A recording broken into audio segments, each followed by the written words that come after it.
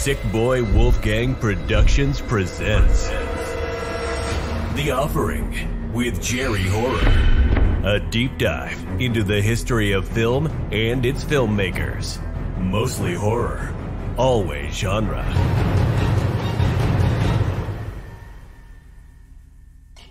Where can I get my pickles when I can't get to a farmer's market or festival? The answer is Pickle Island in Bayville, New York. Listen, I've been selling a small pickle my whole life. I know all about it. From the vine to the brine, they keep their pickles cold with a delicious, diverse selection of gourmet pickles, including their savory classic bread and butter sweet chip, horseradish pickle, jalapeno pickle, and sweet Cajun pickle. They even got pickled beets and okra, a variety of sour treats for your next barbecue or get-together. But if you visit their store in Bayville, Long Island, New York, there's so much more. A fantastic selection of physical media, comics, music, movies, VHS, and Matt Roran. They're enthusiastic pickle salesmen. It's kind of a big deal. Check them out now at HormansBestPickles.com. Hey, quit jerking your gherkin and head over to Pickle Island in Bayville, New York. Welcome to The Offering with Jerry Horror, the show where we can have a quiet and frank discussion as adults about the things that matter to me, or at least that I think matter to me. Please take a moment to subscribe to our show wherever you get fine podcasts, and hey, stay up to date on future episodes. This week on The Offering, we're talking all about Scream 2, because everybody knows the real money is to be made in the sequel.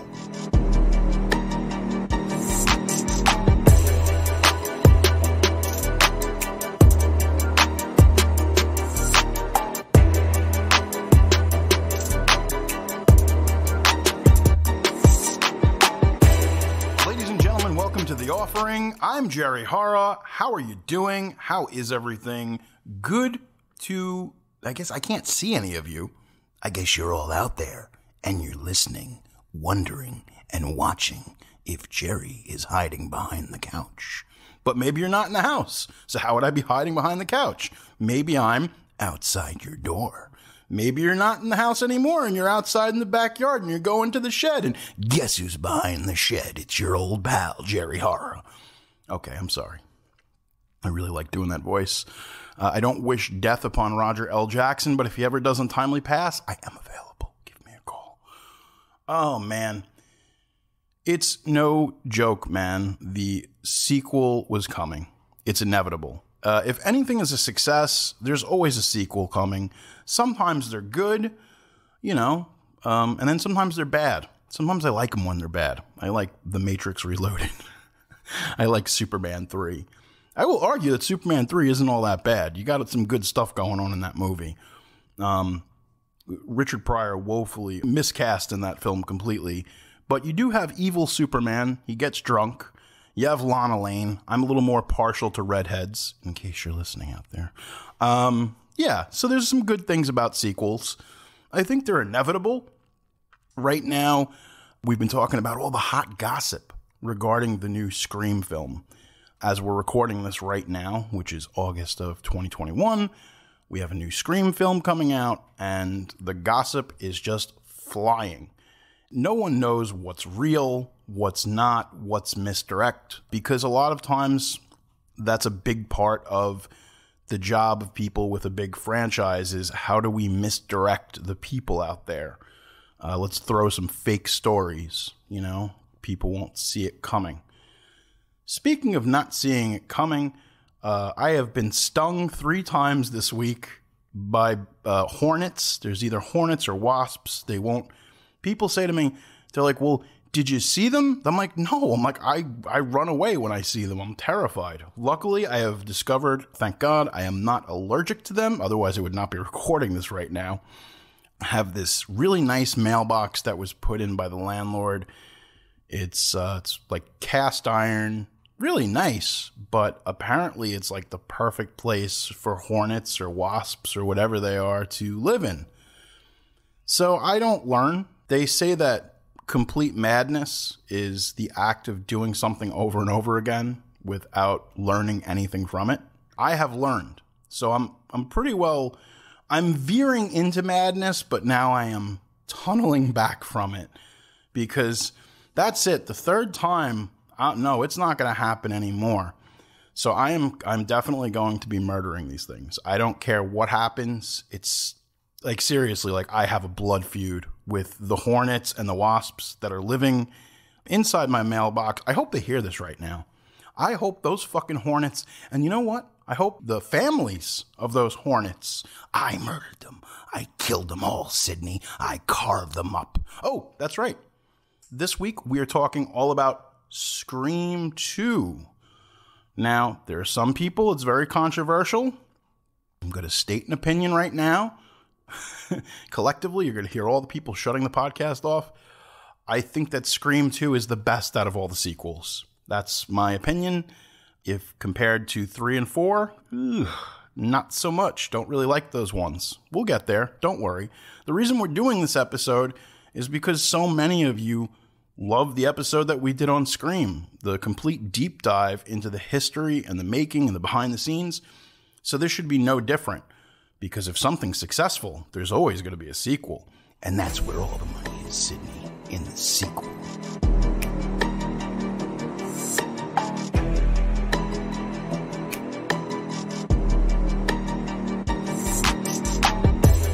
No one could have foreseen the success of Scream.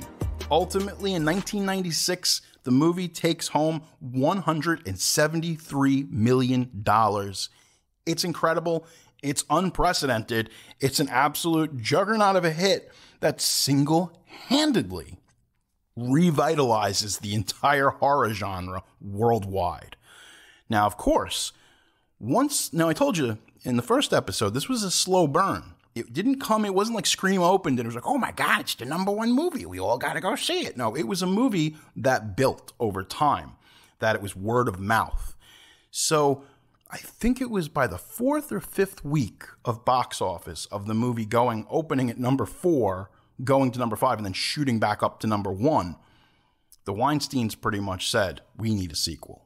And it was all hands on deck, and there was nothing between the ghost of Elvis, God, and the voice of Roger L. Jackson that was going to stop Wes Craven from making the sequel.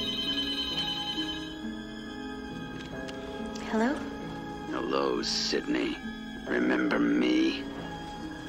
What do you want? It's time, girlfriend. Don't you know history repeats itself? Last night, 2 college students were brutally murdered. Police are everywhere. The girl was stabbed 7 times. Ouch! Hi, Gail Weathers, author of the Woodsboro murders. She's an opportunist. Be kind, she saved our lives. Yeah, I know. I read all about it in the book. I can't wait to see the movie. The way I see it, someone's out to make a sequel. So it's our job to observe the rules of the sequel. Number 1, the body count is always bigger. Number 2, the death scenes are always much more elaborate. How do we find the killer, Randy? That's what I want to know. Well, let's look at the suspects.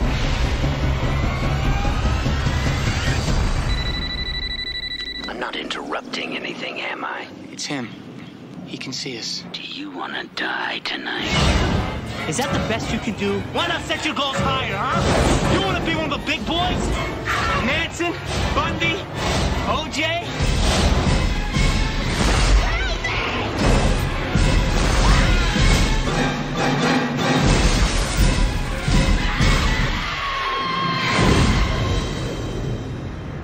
What's your favorite scary movie? Showgirls. Absolutely frightening. Now, I had told you in the last episode, part of the deal with Kevin Williamson selling the screenplay to Miramax at that point in time was that the screenplay came with 2 5-page treatments outlining sequels. So it was kind of known even very early on that Williamson had a plan for these films. There was no secret to it. I mean, he enclosed it with the original screenplay. So you knew. You're like, oh, okay, this is very obvious that this is coming. Scream, the original, comes out December 1996. It's like December 23rd. So it's pretty much less than a year later that the second one comes out. It is a point of contention among horror fans. Some people say that it's Friday the 13th Part 2, which was made like not within 9 months, same thing, almost same timing. Look, we can split hairs here, but I think personally Scream 2, maybe beating Friday the 13th Part 2 by like a week or two, was the fastest sequel made to a successful horror film in the shortest amount of time. Basically, once this thing hit, they greenlit it.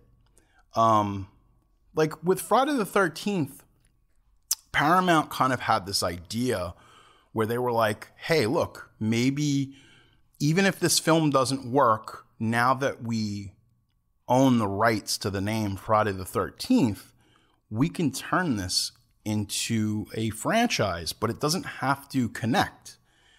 It can be kind of ambiguous, like the Twilight Zone. You know, it can just be something different every time. We own it. Who cares? So early on, Paramount knew that they were going to make some type of sequel. They didn't realize that it would be a direct connection. So it kind of counts, but it doesn't, because they had different plans to make it like this ongoing series, even if they weren't connected, so to speak. This was a little bit different because, like I told you, the treatment came with the original screenplay. So Kevin Williamson had already drawn the map. The blueprint was there, so to speak. The story of Scream 2 is very interesting. And a lot of the reason that this film works is because it's pretty much, except for everybody that got murdered, it's virtually the same cast. And it's the same crew. You know, you've got Wes Craven, you've got the same director of photography, everybody. Everybody is pretty much back in this movie. With that being said, there's a certain type of manic energy that every production, no matter what it is, carries. And I think sometimes when there's a very specific energy that is positive and the cast gets along, the crew gets along, it kind of becomes this magic little family. Everything aligned perfectly to make that first film work so well that it was almost like the energy was still there. It was kind of like having a really fun party, and then you were like a month later, you're like, hey, you guys want to come back and we'll all go to that house and we're all going to have fun again? And it was like, yeah. And it worked. Like, ostensibly, for whatever reason, it worked. Believe it or not, one of the first problems that they had, there was a lot of talk about what they were going to call the film. But I'm going to get to that in a minute, because we have to do one of my favorite parts of this show, which is, what was the state of horror? Well, this was 1997. A lot of interesting things going on in horror. Some things not so much. Now, again, don't forget, Scream had come out in December of 1996. It was December 23rd, so it's late. That's a late year release. It pretty much could have been the beginning of 97 for all argument's sake. So here's some of the films of 1997. I Know What You Did Last Summer. Some people said, oh, was this a response to Scream? Not really, because by the time it had come out, which was like early spring of 1997, it couldn't have aped off the success. What did they go, make the movie in 2 months? No, it's not.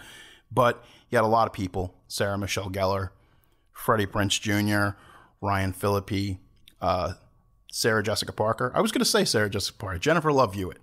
I always, whenever you have that three-name alliteration, it's kind of the same thing. And I don't know.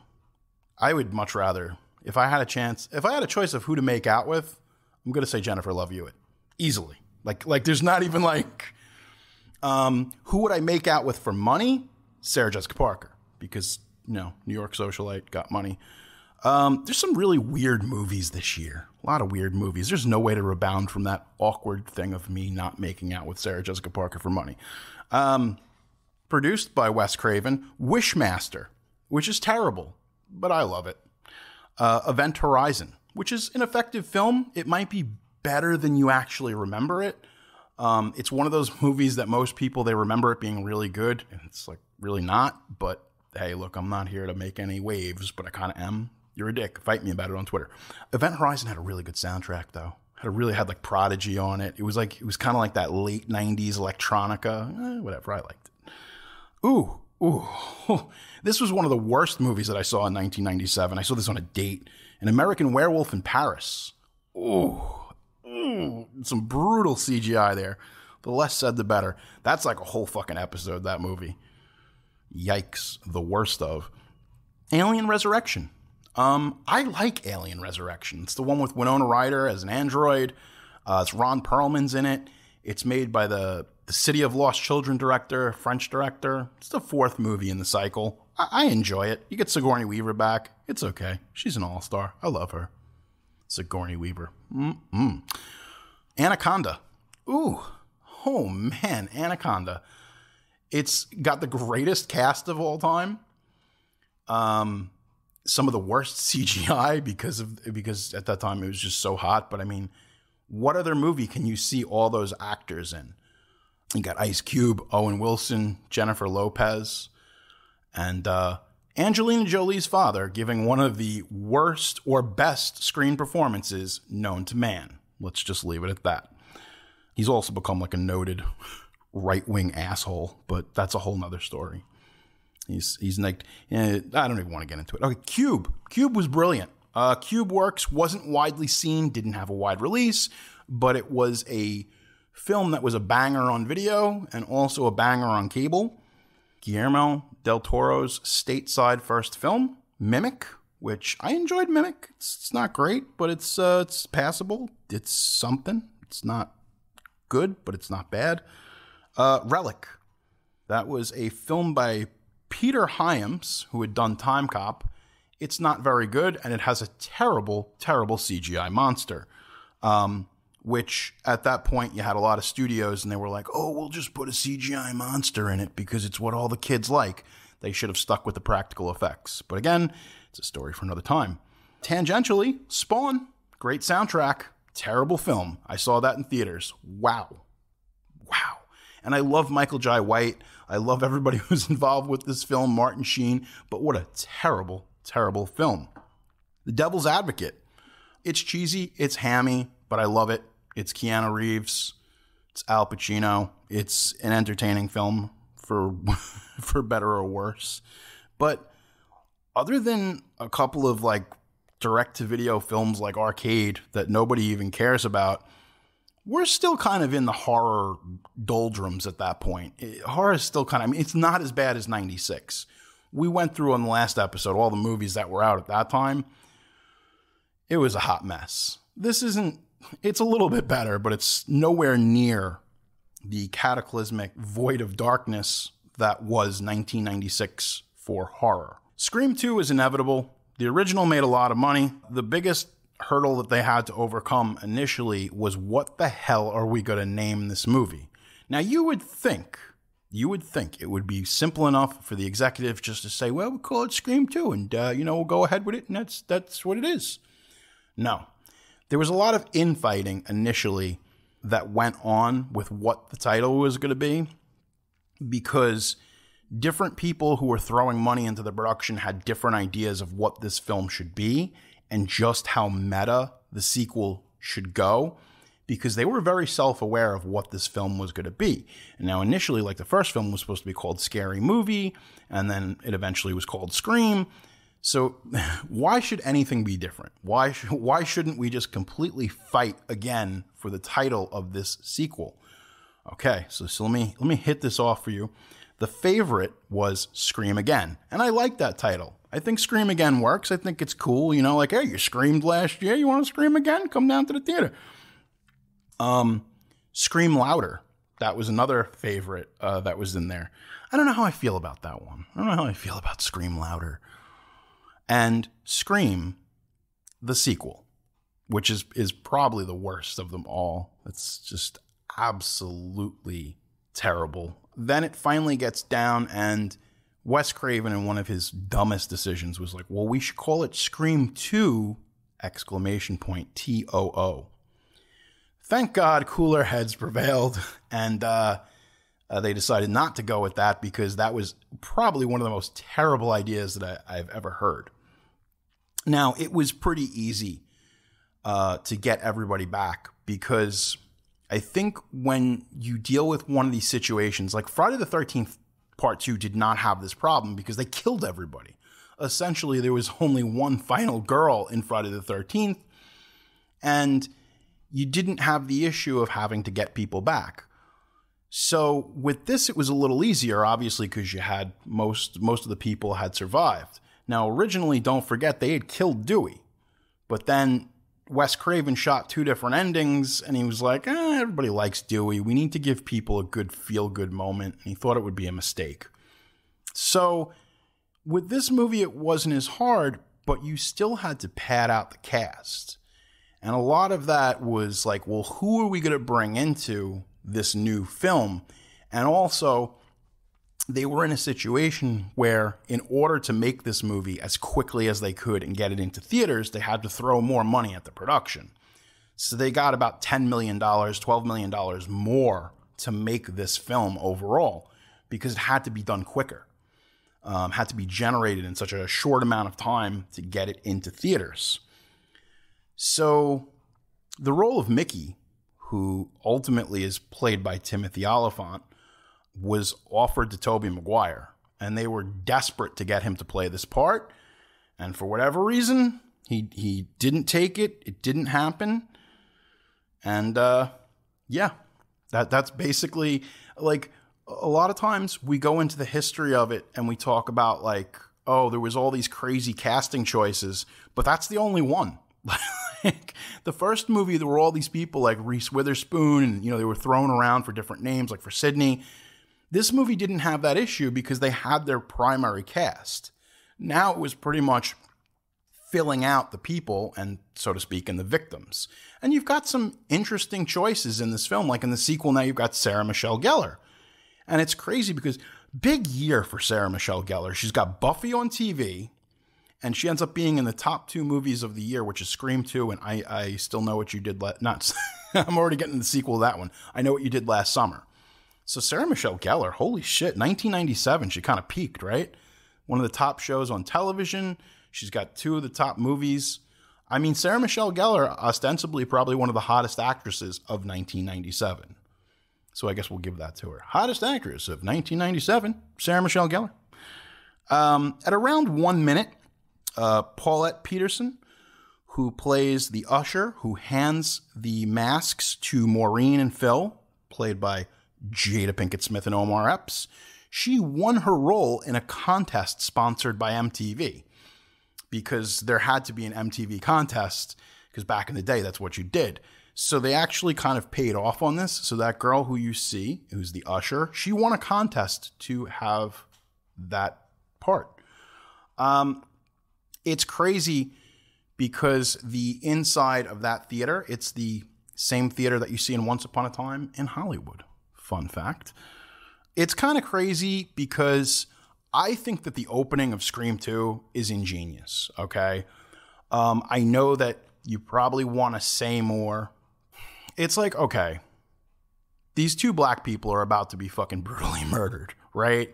And like, you could do something different with this, but at least it tried to acknowledge that trope. And that's more than most films were trying to do at that point in time. To me, I think that the opening of Scream 2 is probably one of the most powerful parts of the entire film. Marco Beltrami's score is incredibly mesmerizing and haunting in that sequence. And this is really where we get into the hot and heavy, the beginning of the meta experience within Hollywood, where it's like they're watching Stab. And if you didn't know, all the stuff that you see in the film Stab was shot by Robert Rodriguez. And it was crazy because a lot of people were told initially when Robert Rodriguez was shooting that new footage for Stab, the actors that were in there were told, oh, you're going to be in the new Scream movie, because they couldn't reveal that it was meta. So when they cast Heather Graham, she was told she was going to be in Scream 2. She had no idea. She just thought, oh, I'm going to do a cameo like Drew Barrymore. This is my big break. This is going to be a big part for me. So she was kind of upset and disappointed when she found out that, No, you're not actually in, well, you are in Scream 2 technically, but you're in the movie within the movie. And it's funny because this whole Stab movie lays the groundwork for what's going to come in the other sequels. Those Stab movies become a big deal. Once you get to the third and the fourth movie, they kind of overtake things. Kevin Williamson had the idea for a sequel when he was writing the script for Scream. Obviously, he was discovering it as he went along after he wrote The Treatment. Now, this movie had begun principal photography just 6 months after the release of Scream, and it was released in less than 9 months of the predecessor, which is the original film. Again, that's what I talk about, like with the Friday the 13th parallel. So it's like, dude, historians, you can fight over it, you can say whatever, but ultimately, both movies were made within 9 months, which is how long it takes to make a baby. Some people didn't like the opening that you introduce these two black characters and then kill them off immediately. I think that Wes Craven was trying to say something. He really was. And that's why the opening of this film is so brilliant and so shocking. It's the art imitates life type of thing where you've got Jada Pinkett Smith and she's been brutally stabbed and she's dying. She's letting out her death rattle in a theater full of people who are cheering for her because they think they're all in masks and whatnot. And it's funny because, you know, we went through this whole thing where they don't want people dressing up like cosplayers going to movie theaters because it's crazy. And you watch this movie and everybody's in ghost face masks and it's an incredibly powerful visual. So from a standpoint, I gotta say the opening of this movie, it's an absolute stunner. But there is something really disturbing about watching a woman die while a bunch of people are cheering her on and they're watching a movie about people getting stabbed to death called Stab. So yeah, I get it. It's cheeky. It is what it is. Okay, we need to get into production because the production of this movie is insane, okay? One of the extras, this is how this all starts. One of the extras leaked the script to the internet. Now, this is the first major film that ever suffered from a script going directly to the web. As a result, the entire script had to be rewritten, with pages often being completed the day that they were filmed. Security was tightened. Everyone was required, this is every day they had to sign an NDA, a non-disclosure agreement, and basically the film underwent probably about 30 or 40 reshoots. I know this all sounds insane, but it's all true. The script was reprinted on specialty paper that couldn't be photocopied, and then they also put some kind of weird ink so that, like, if you tried to do anything to it, your name was all over your pages. So if you took the page and you're like, haha, I'm going to be smart, like it would come up, you know, oh, Jerry Horrow on every page. And they'd be like, oh, shit, they know I'm the guy who leaked it. Yeah, so this is where it gets a little bit confusing, and you guys are going to have to follow along here, as difficult as it is. A film had never been leaked on the internet before. This is new. This is a new thing. This is a problem that no one has ever had to deal with. So one of the things that they did was they got a bunch of security guards, armed security guards, to lock down the set. And every time they were shooting, it became like, you know, you would think the president was there. They had to keep it very contained. So no one could easily, freely go where they wanted to. Even when you had people like, you know, David Arquette, he, at the time, you know, he liked to get high. So he would, you know, try to roll a joint and go sneak off behind, you know, whatever, catering and smoke. And it was to the point where it was like the set was so locked down. And it was just like saying he remembers it, Wes Craven like yelling at him, where it's just like, okay, well, then just smoke it here, David. It's not a big deal, okay? We're making a movie. You got to stay right there. We'll be right back with more of The Offering with Jerry Horror.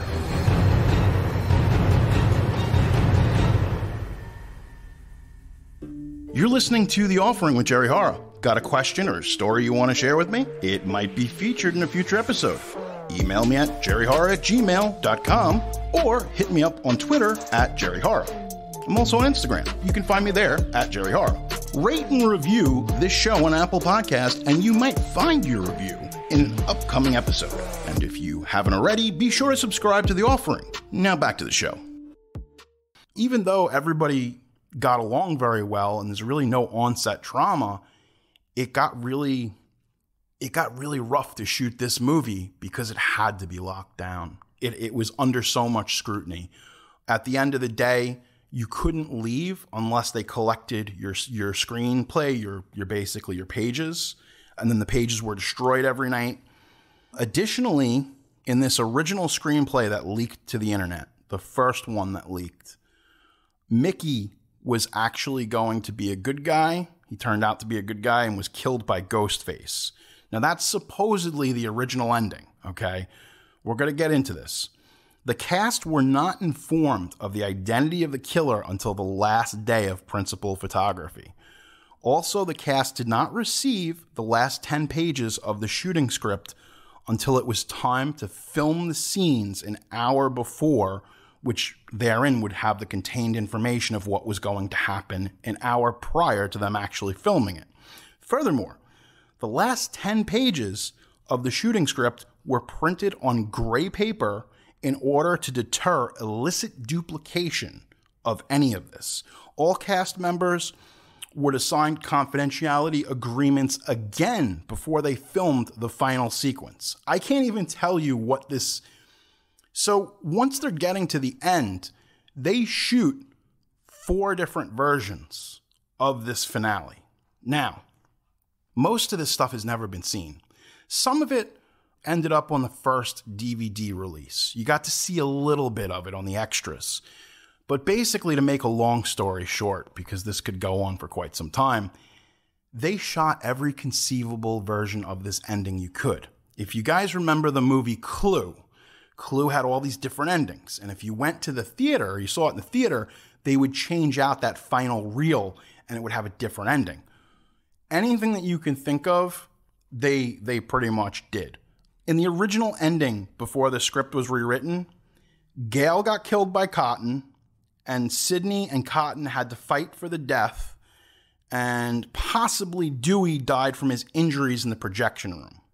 I mean, like, this is an insane ending. This original ending was crazy because what they're doing is they're using Mickey as the red herring. Mickey ends up being a good guy. In the real version that we saw, he's one of the killers. Now, and I told you this is where it gets confusing. It's a little weird to wrap your head around. I'm going to try to describe it as best as possible.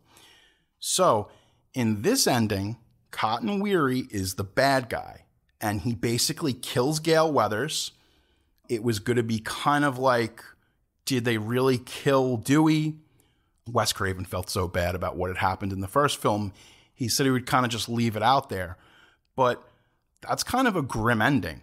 So the only true survivor of the real original ending was Sidney. Now this ending gets out. People freak out. Dimension, Miramax Studios, starts getting calls, letters from people, freaking out, emails, because emails were new then, saying, how could you kill Gale Weathers? You know, how fucking dare you? The audacity to kill off this character. It turned into pretty much a nightmare, and they were completely overwhelmed, overrun for about 2 weeks after that screenplay leaked. And this is all new. Like I said, this was the first screenplay that had ever leaked to the internet. It had never happened before. So they're dealing with this for the first time. Now, again, everybody got along on this movie. There were no problems on set. But everybody was under such high scrutiny and high security that it became an uncomfortable thing. And even Wes Craven had been quoted as saying that he had a great time shooting this movie, but was really happy when it was over with because of everything that had to be done. Now, I don't think we're ever going to see it because now you see things like you have Zack Snyder's Justice League gets made and they have all the footage. But I don't know. Like, it's even the same thing if it's been talked about with Wes's later movie, Cursed, which got chopped by Miramax. That's a whole nother story. But I don't think that footage is... I don't know how much of it they kept. The other thing, too, was that everybody had become so paranoid. And it's funny because you have that first movie, and the whole point of the first movie is everybody's a suspect, right? That's kind of what happens. You know, it's like they say, like, art imitates life and life vice versa. This becomes a situation where everybody is completely paranoid because who leaked the script? You know, was it one of the extras? Was it one of the primary people in the cast? Some people, it's become an urban legend now, that Courtney Cox, aka Gale Weathers herself, had leaked the screenplay because she was pissed off that they were going to kill her. I don't know what the truth is. I wasn't there. We can only speculate on it, but that's kind of the big rub with that, is that Courtney Cox was pissed off and didn't want to be killed off. And you know what? I don't know. I mean, shit, 1997 was a crazy time. Now, we talked about the first movie. Wes Craven's biggest adversary with the first movie was the Motion Picture Association of America. It was going to be the same deal. They were able to get together kind of a final version of this film. And again, everything had to be done in secret. What they basically did was they had one editor, and usually they have someone that would be assisting the editor because this is all reels. They're cutting it on film, and they would have somebody who come in. They would bring in different assistants and only allow them to see certain portions of the film. Because again, so now the editing of this film becomes a lockdown process because they're afraid that it's going to leak. Now, I told you, the first movie, it was about 11 times that it took them. It was like the 12th or 13th time that they finally were able to coerce the Motion Picture Association. You know, it was the Weinsteins who basically told them, view it as a parody, view it as satire. And that was how they got the first film by. This time, it took 8 different cuts of the film before they would release it in its R-rated form. The film was supposed to come out a month or two earlier. This sequel was supposed to come out a month or two earlier. But again, they ran into the same problem with the first one. For whatever reason, the MPAA did not like this movie. They were forced to make a lot of changes. And this affects the whole series moving forward because Wes Craven was really upset because he went through this really terrible process the first time. And it's like, here we go again. We're going, because again, it's a sequel. Everybody loves a sequel, right? But this is not what you want. This is not the headache you want on your production. And they keep sending it back. Ultimately, what it came down to was the kill scene with Omar Epps, where he gets stabbed in the head in the beginning. There was a really cool shot that, you know, we've never seen it, but from what it's been described is that the knife protruded right through the back of his eye.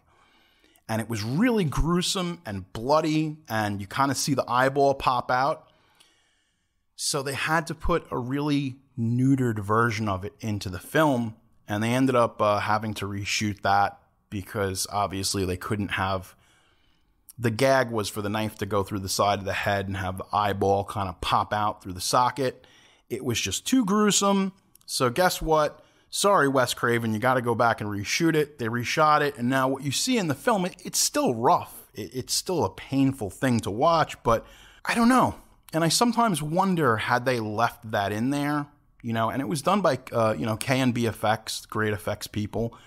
I wonder if that might have been too much. If an eyeball popping out of the skull would have been like, ooh, because, you know, you see people get stabbed and there's some fantastical things like, you know, obviously Rose McGowan's death in the garage door. But I don't know. Was it a deal breaker? Maybe. Might have been a little too fantastical. This was another thing that pissed off Wes Craven. So they go and they screen it for everybody. They have a screening for the executives, for Wes Craven, the approved cut from the MPAA.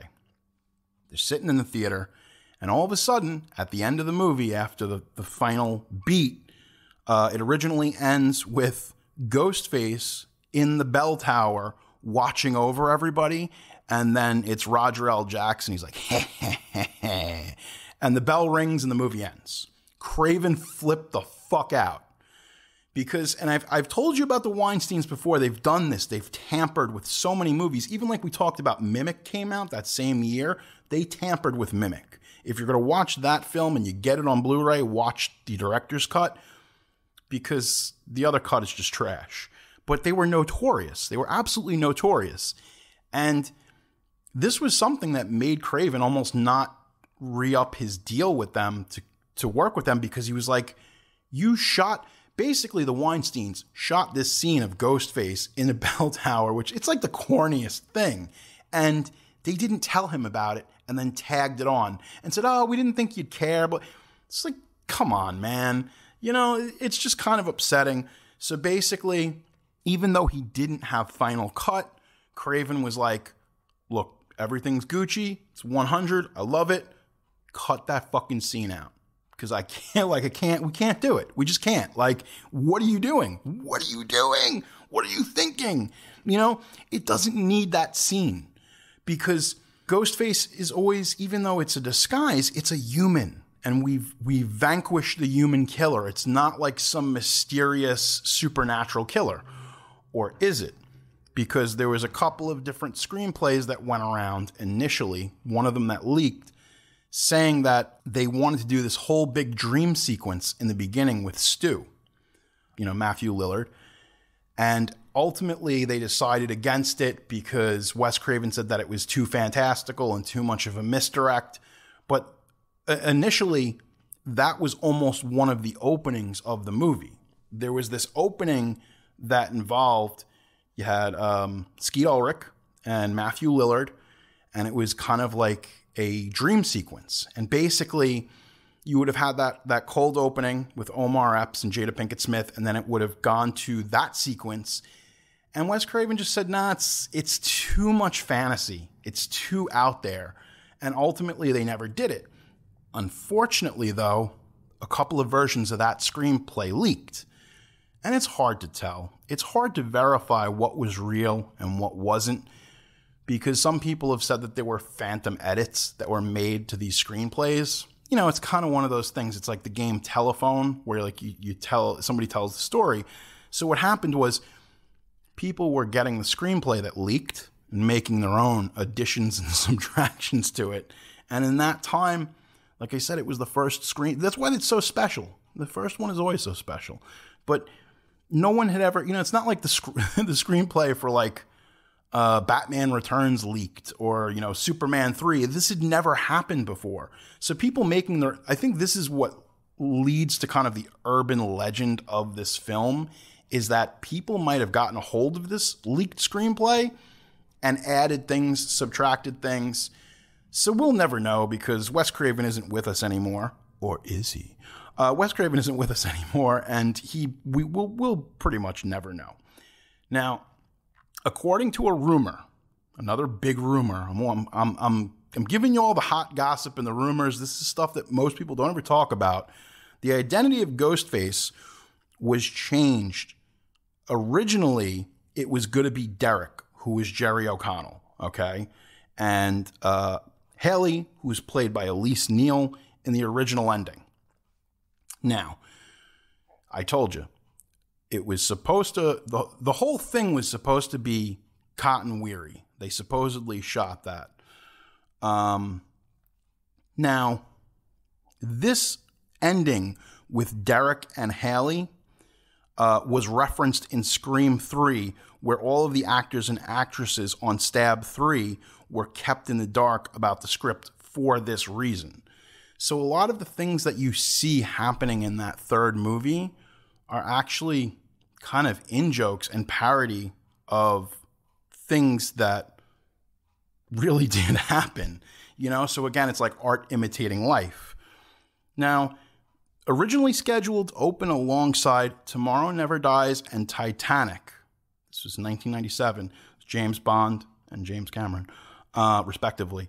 Both blockbusters shifted their dates because they didn't want to open against Scream 2. And that speaks to the power of this movie. I mean, Titanic has gone on to become one of the highest grossing films of all time, won Academy Awards. 007's a juggernaut franchise. And they're all afraid of the second movie from about Scream from Wes Craven. Now, ultimately, it all works out. I get the Cotton Weary ending. I don't think it would have worked, quite personally. I just don't think it would have worked. I really do, because it's too easy. It's too easy. I like the turn that they do with Cotton in this second film. I like the fact that it's kind of like, he's kind of a nice guy. He's not too bright, but he's not a bad guy. You know, he's also trying to capitalize, like, hey, he got screwed over. The guy was rotten in jail, and now he's been proven innocent, and he's trying to make a couple of bucks. I don't blame him. But I think it would have been too easy if he had been the bad guy. This movie, holy smokes, did it have an opening. This was another movie that I saw opening night. It was absolutely electric, because when I first saw this film, I was among the first wave of people that initially saw it. I was part of that word of mouth that was like, oh my God, you gotta see Scream. So it was still kind of like not a packed theater, you know? It took time. It was a slow burn to get there. But because of the success of Scream and the success of it, it's still one of the best-selling. It was distributed by Miramax, which, you know, obviously it was an arm of Disney. Still one of the best-selling VHS tapes of all time is the original Scream. By the time Scream 2 came out, people were ready. All those asshole people, those jocks and the people that you don't like, they were there for Scream 2. They might have seen it on home video, the first one, or they might have seen it later into its life cycle in the theatrical release, but it was very much one of those things where it's like, it was a cultural touchstone. It was a moment where even if you weren't a horror nerd, you were there because it was an event movie. And I saw it in theaters. I got to see it. Again, it was, you know, one of those things. It was a Thursday night and it was electric. I'll be honest with you. It was pure magic because it was one of these movies where it has a very specific youth audience, and we were all there and we were all there for it. So I think people's heads were going to explode. And I think that ultimately the reason Scream is so great, the original movie, is because it's a great whodunit. You didn't see what was coming. And it's never easy to pull that off again.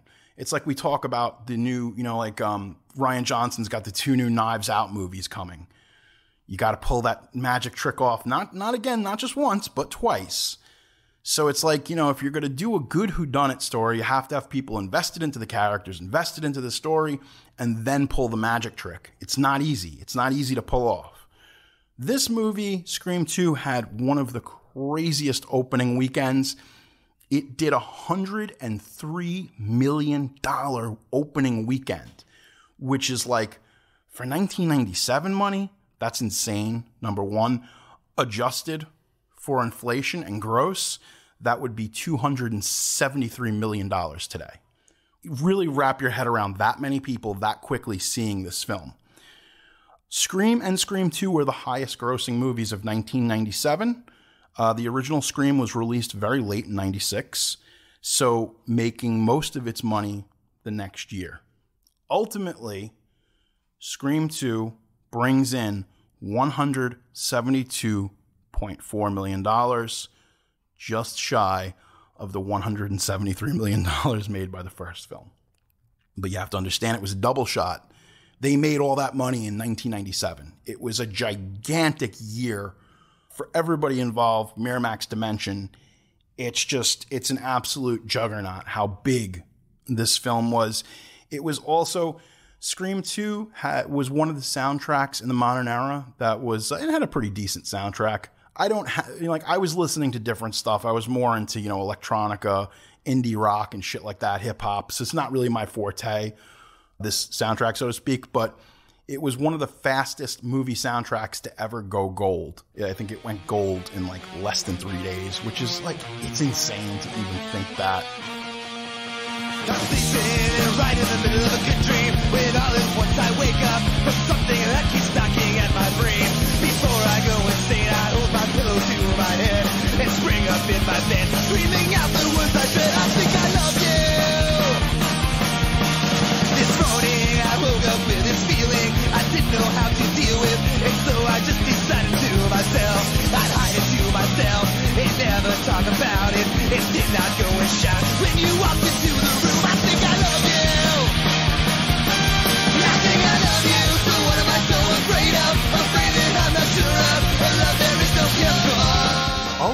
Personally, I enjoy this film, and I think it's probably one of the better sequels, and it works.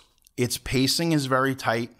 It's got a lot of good new characters that are interesting, as the aforementioned Cotton Weary comes in. But this movie made one big mistake that pissed fans off, and that we might or might not see rectified in this new Scream film. This film kills off Randy Meeks. Now, as I've spoken about it before at length, I think it's the biggest mistake that you could make, because Randy was essentially, if you're a horror nerd, he was your audience surrogate. Like, oh, that's me. You know, that's me on screen. Like, I'm a big horror nerd. I'm a big horror nerd making a podcast. See, we just went meta there. I'm a big horror nerd. That's Randy.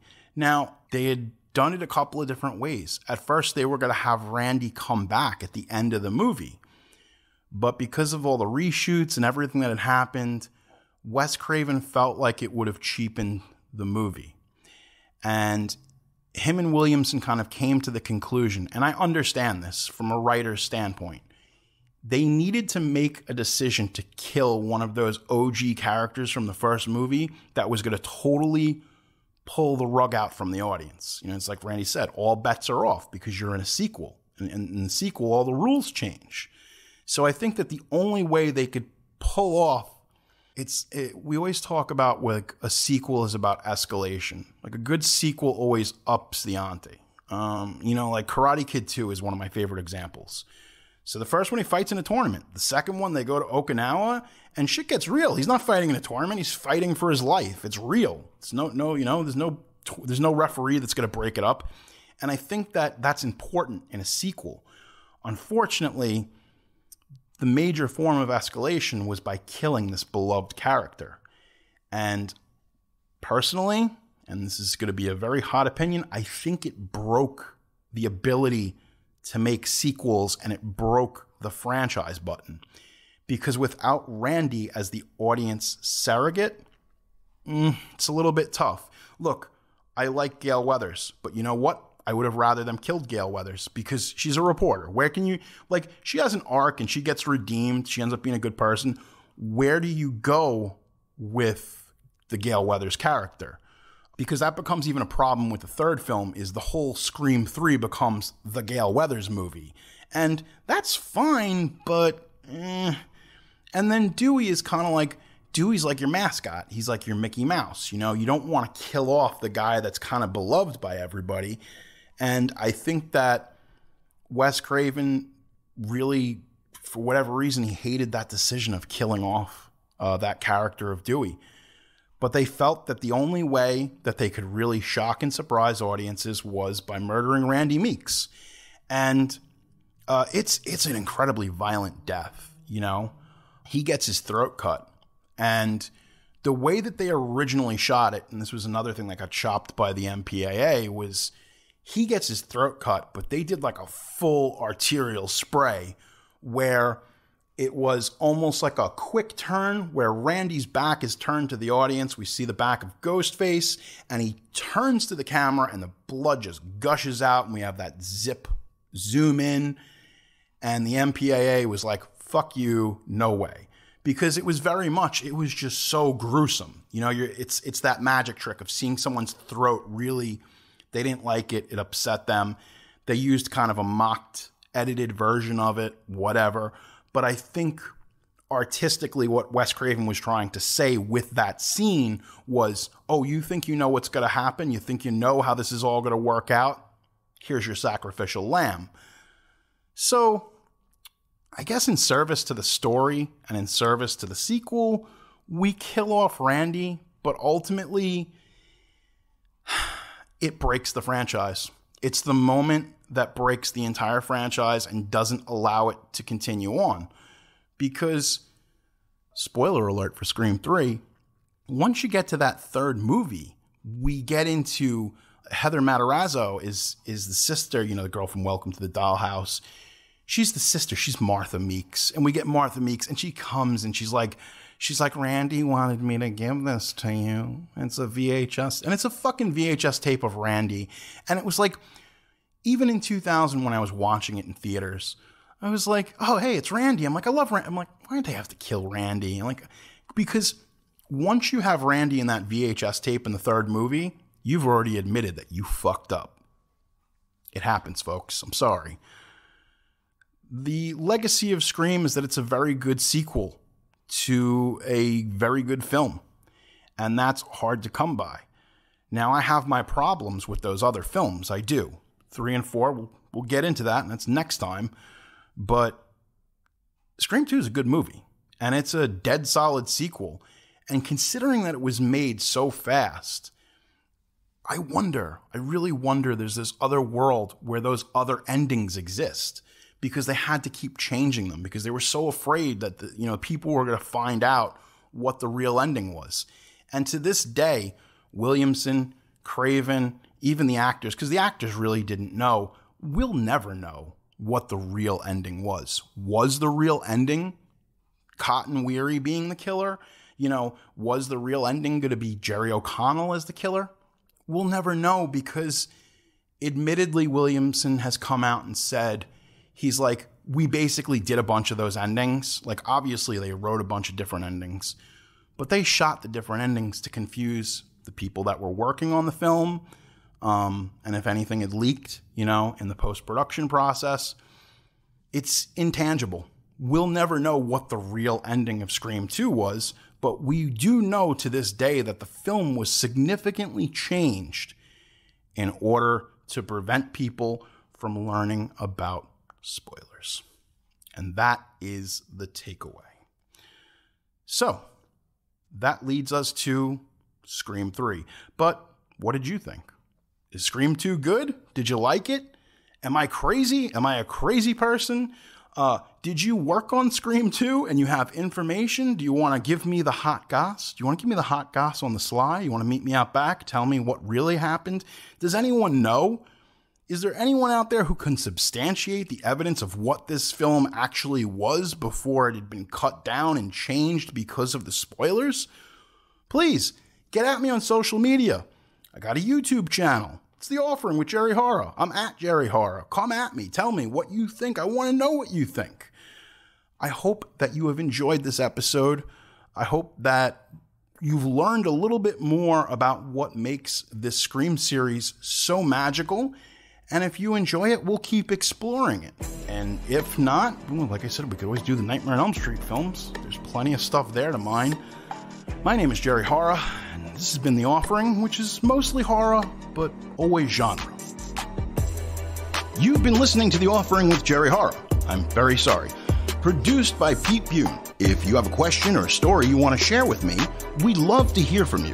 You can email me at jerryhorror@gmail.com or hit us up at Twitter @jerryhorror or on Instagram @jerryhorror. You getting the picture? Subscribe to Apple Podcasts, Spotify, or wherever fine podcasts are provided for you and your family. I want you to enjoy. Just join us next time for another offering.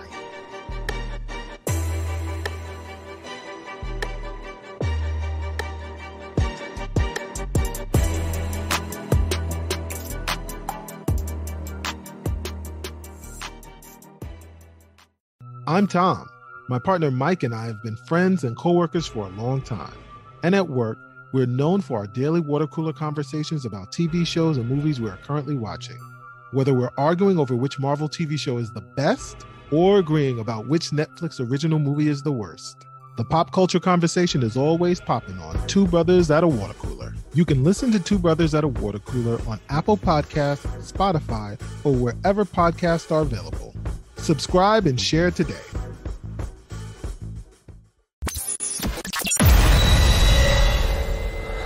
This has been a Sick Boy Wolfgang production. Thank you for listening.